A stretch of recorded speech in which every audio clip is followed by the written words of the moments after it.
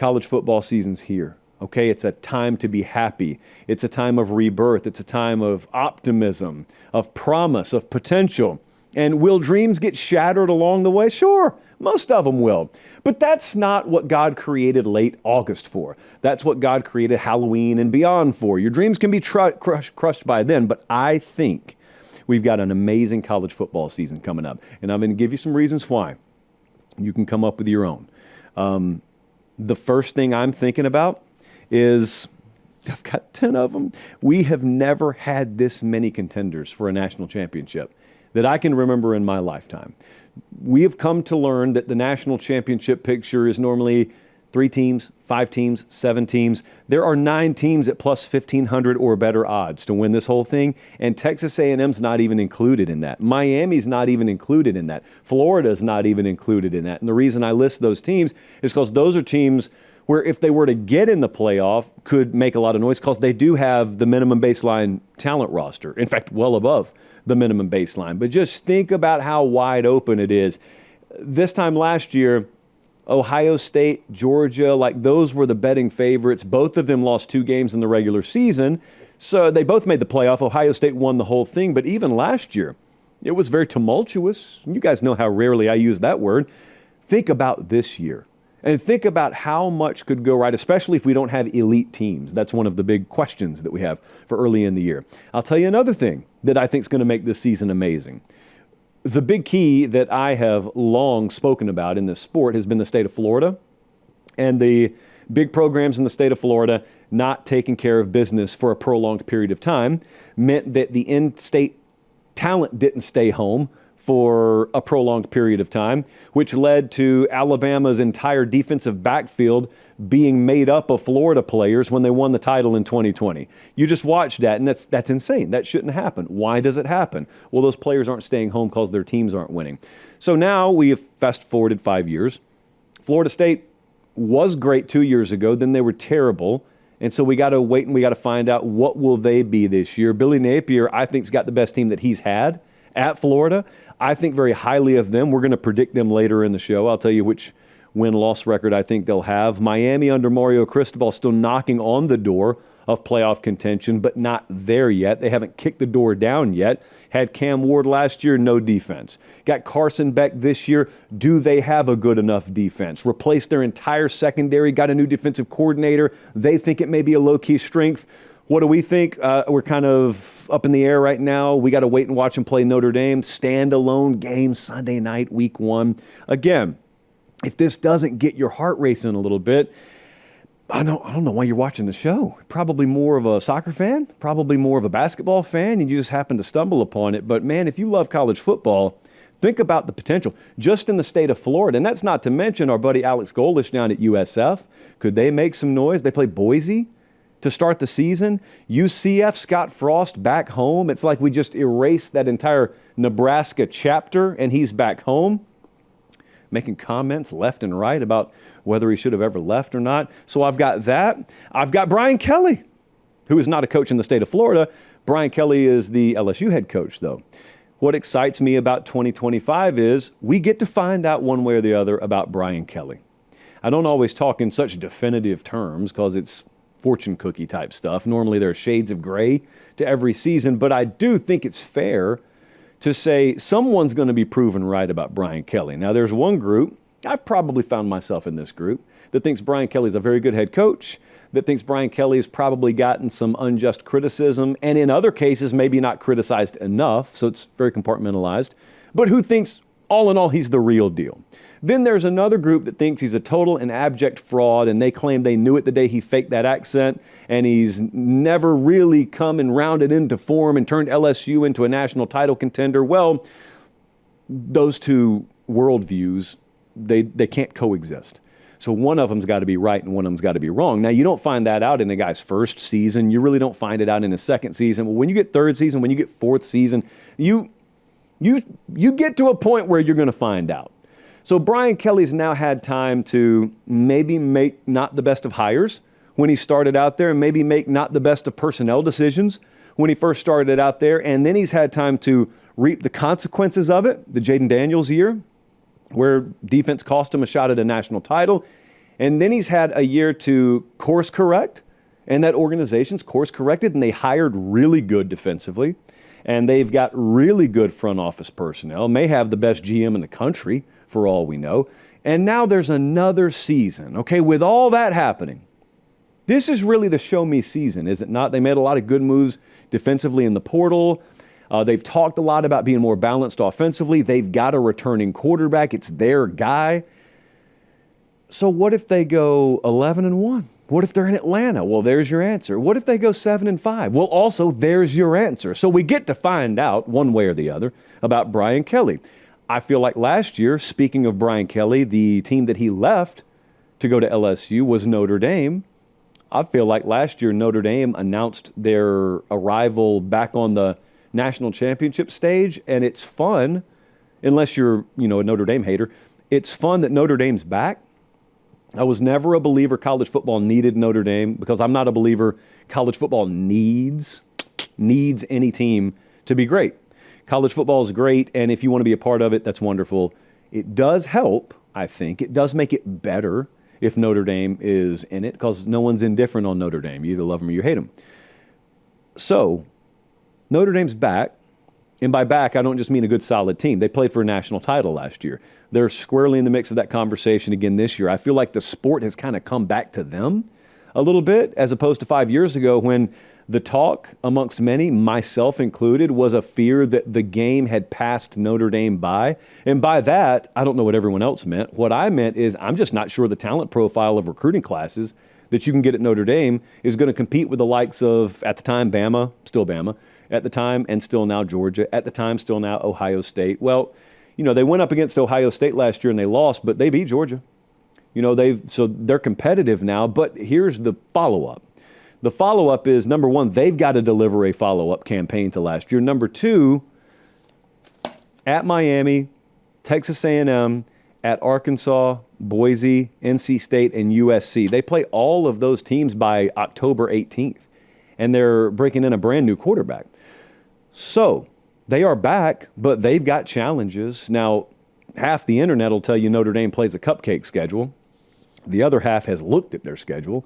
So that's not easy. People will look at going to Arkansas like that's easy. It may be easier in November if it's come off the rails for them. Arkansas is still going to be all in when Notre Dame goes there. And also, that's kind of a one-game season for Arkansas. So even if they are bad elsewhere, they could pop one on you. My point there is I'm very interested in watching that. I mean, Al Golden won the Broyles Award last year, and he's off to the NFL. And Jesse, I don't even feel like we've talked about that on our show enough. So let's find out. I also think it's a referendum season for two other guys. And this is going to be really fun to watch because neither of them have any room to complain. The entire runway is built exactly how they would have it built. It is a referendum season for James Franklin at Penn State. It's a referendum season for Dabo Swinney at Clemson. Both of them have the quarterbacks that they have recruited and developed in-house and built towards this year in Drew Aller and Cade Klubnik. Both of them have very manageable schedules. Last year, they had a lot of the same pieces that they'll have this year, and they weren't quite good enough. But they were both playoff teams. So the question becomes, how much did they improve? Or is just a little bit better version of what they were last year good enough? Is Clemson's depth good enough? Is Penn State's wide receiver room filled with those transfers good enough?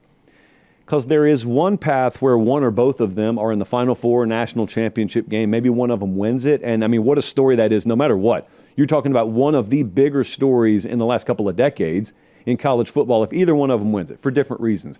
One of them is thought to not be able to do it, period. The other one is thought to have the game having passed him by. And so it would be a gigantic I told you so by Dabo Swinney. It'd be I told you I could from James Franklin. There is another world that we at least have to acknowledge could exist, and that is they're just okay. They're just another version, like a copy and paste of last year, which probably is good enough for Penn State to, who knows, go to the Big Ten title game but not win it. Clemson, maybe good enough to win the ACC, but nothing much more than that. And you can't call that a failure of a season, but you kind of can call it a failure of a season. Ohio State is returning production in the 80s. Texas is returning production in the 80s, and yet Both of them are expected to compete for a national title this year just because that is the talent roster. That is the makeup of those places.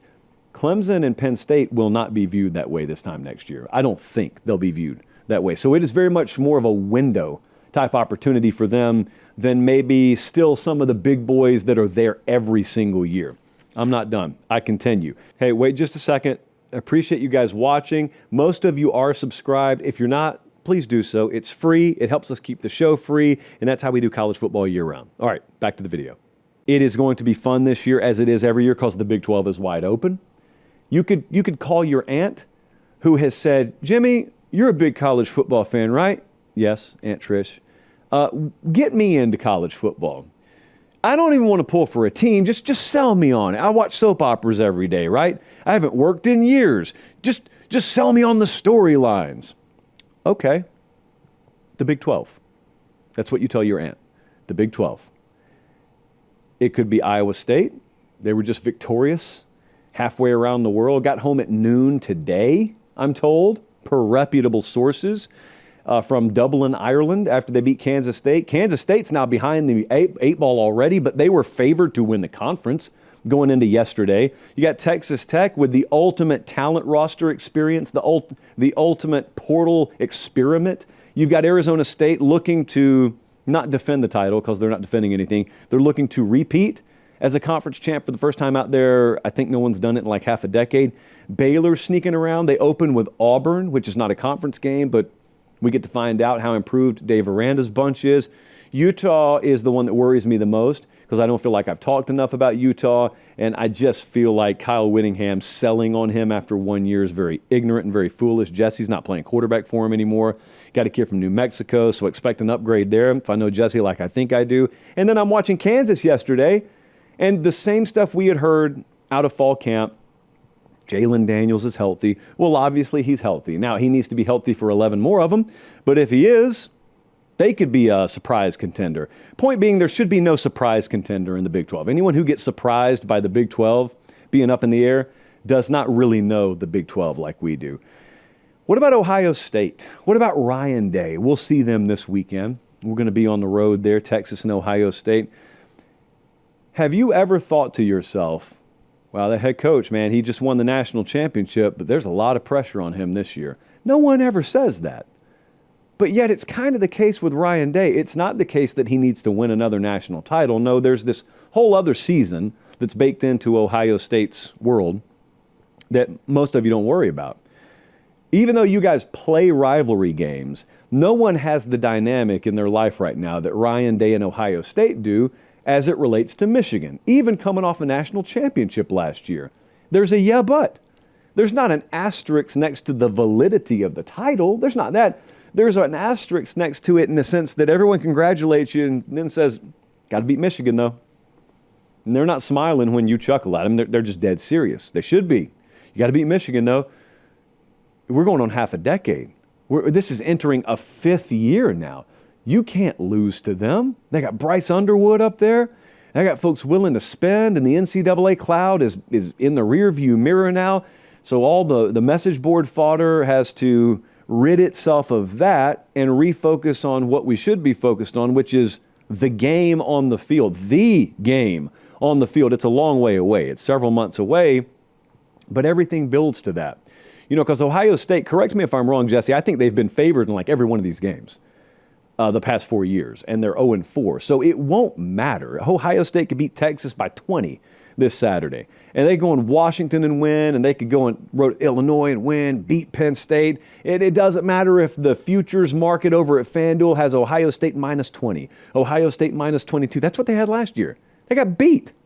So it will not matter until the dust settles. 4 full quarters have been played at least, and there's a bigger number on that scoreboard for the scarlet and gray than there is for the maize and blue.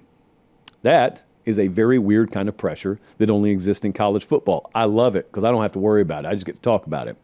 What about a couple of brands you may have heard of? USC and Nebraska. Could we see a rebirth of one or both of them this year? It's been a long time since we talked about conference championship pictures / playoff pictures and we got to talk about USC, and we got to talk about Nebraska. And this year, they're in the same conference, of course, now. This year, could we be talking about one or both? Well, that's up to them, because the second layer, the third layer maybe of the Big Ten's been very much removed from that conference championship conversation, but who knows, maybe they close the gap. Maybe there's a lot more competitive depth to the Big Ten. Maybe they have a lot to say about it. What's the line of scrimmage situation at USC? What's the consistency in performance defensively like at USC? They started to scale up last year. Do they scale up this year to where they could hang 24 sometimes and win games? That'd be a whole new day. Remember, Lincoln Riley talked about it last year. Going into last year, we've rehired on the defensive side. It's a whole new day around here. I went out there this spring. They fully believe it, man. They believe they got a secret the rest of the world's going to find out about. I can't wait. I hope it's reality. I hope Nebraska being legit is reality. Hey, I picked them to go to the playoff, and I got mocked, notably as the biggest Nebraska backer in the city of Nashville, Tennessee, at least, and maybe beyond. I'm being mocked. Matt Rule's out there starting a podcast. My vision for December, my vision for the postseason is I look like a genius. He has me on as a guest, and we celebrate together. Got to make it happen first. How great would that be, though? Again, not for people who hate Nebraska, but just indifferent observers out there, many of whomst will tell you Nebraska's time to be at the head table has come and gone. Well, they were wrong about Notre Dame. Could they be wrong about Nebraska? Man, what about Bama and Georgia? Last year, Georgia won the league. Bama lost 3 games, and it was crisis mode in Tuscaloosa. And it was, okay, yeah, but we could look a whole lot better mode in Athens, which, again, just speaks to how dominant that program is. That 10-2 in an SEC championship was kind of viewed as a little transition year. Yeah, it could have been better. It could have been better. Could have been a whole lot worse, though. Or might not that be the case? Might the floor be so high under Kirby Smart that's about as bad as you can do? I think that's a little unfair and unrealistic, but maybe so. We get Kalen DeBoer in year 2. Folks like me got sky-high expectations for him. I've seen an uncomfortable amount of people start to get behind Alabama. I don't like that. I would much rather be on an island, especially with these bigger brand names, because it gets talked about a lot, but whatever. They're going to have to be competitively mature enough to handle it around there. But there's an expectation, I would say a fairly widely held expectation, that last year people are willing to accept as this transitional sort of year. The more and more the vibe gets out, the more and more you realize there are some unique situations, unique circumstances last year. So they'll get it righted this year. That'll be a Kalen DeBoer team. Whatever Kalen DeBoer's Alabama is going to be, that's what we'll get this year. Well, if they go 10-2, that's great. Where do they go 8-4? Where do they go 7-5? Crisis. To open up the 1-900 hotline in Tuscaloosa. So that's fun to watch. If you're not in the fishbowl, that's really fun to watch at Georgia. I mean, this is, to me, the number 1 program in America. And you know what? If that's the case, you could realistically have a down year that still involves a conference title win. And you could be right back to running the ball effectively, if not dominantly this year. You could be right back to top 10, top 15 across the board defensive metrics this year. And you could have, in the aggregate, improved what's been a net weakness for you, the wide receiver room, and you could go win the conference title, national title this year. Or you could go 8-4, 9-3 yourself and have everyone start to look at 2024 not as a blip, but as the beginning of a trend. Now, it'd be very, very difficult for me to imagine a Kirby Smart program like trending down. No one's immune from that, though. That's fun to watch. That's why we watch it. And the state of Texas could be the story of college football season, although I have offered up like 5 or 6 different potential stories of college football season. So Texas is expected to compete for a national title. We think Texas A&M is the most underrated team in the SEC in the odds market. So we think they're both playoff contenders. Texas Tech absolutely is the story of the Big 12 and one of the stories of the entire country. Baylor, very sneaky Big 12 team. TCU, also very sneaky Big 12 team. Houston, year 2 under Willie Fritz, approximately nobody talking about them. And yet Connor Wigman's down there. Yep, Yep, still playing power 4 quarterback. Related note, Houston is in the Big 12 now. You got to do your flashcard exercises, kids. You got to refamiliarize yourself with your new landscape of college football. And there's Rice. Who can they make lose to food this year? Those are some of the reasons I'm excited. Those are not exhaustive reasons. Those are just some of the reasons that I'm excited. I think it's going to be an incredible year. When you have a picture at the top of the board this compacted, when you have number 9 through 40 in my power ratings separated by 11 points, you're setting yourself up for not a car wreck, because that sounds terrible, but the best form of bumper cars that you could ever play, but putting school logos on each one of the cars. That's the entire landscape this year. I can't wait for it. Oh, I can't wait for it.